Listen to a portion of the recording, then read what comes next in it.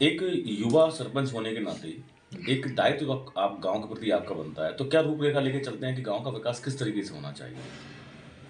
गांव का विकास साहब इस तरीके से होना चाहिए। सबसे पहले तो बच्चों पर गौर करनी चाहिए। मतलब शिक्षा के तौर पर। हाँ, शिक्षा पर बच्चों को सबसे पहले शिक्षा मिलनी चाहिए। जो गांव में स्कूल चल रहे हैं, प्राथमिक, मिडिल स्कूल, हाई स्कूल, इनमें रेगुलर टीचर आना चाहिए, पढ़ाई अच्छी होनी चाहिए। सबसे पहला विकास मेरा बच्चों के ऊपर को लेकर है कि उनको शिक्षा अच्छी तरह से प्राप्त हो, जो कि अपने बच्चों को प्राइवेट स्कूलों में नहीं पढ़ा पा रहे हैं लोग बाग।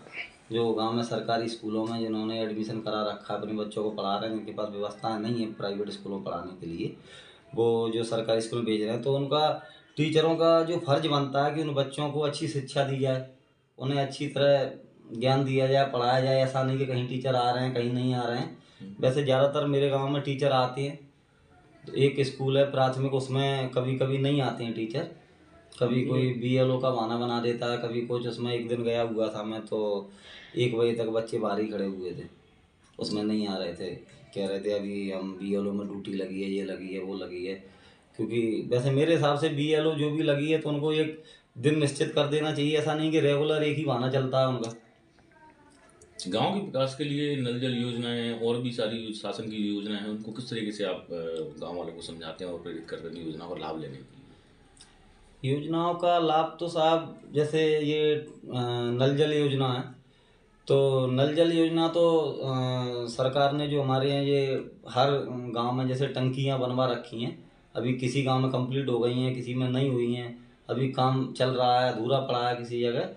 तो वैसे तो जल को बचाना चाहिए लोगों को। ये आपका जल एक जो है, अच्छा प्रयास है आपका। हाँ, जल को कम से कम व्यर्थ किया जाए। घर घर में मेरे हिसाब से टोंटी लगानी चाहिए। जल को व्यर्थ नहीं करना चाहिए, क्योंकि जल ही जीवन है। जल के बिना जीवन अधूरा है साहब। स्वास्थ्य केंद्र कितने हैं आपके पंचायत में? अभी कोई स्वास्थ्य केंद्र नहीं, एक सिंगल है जो बन रहा है।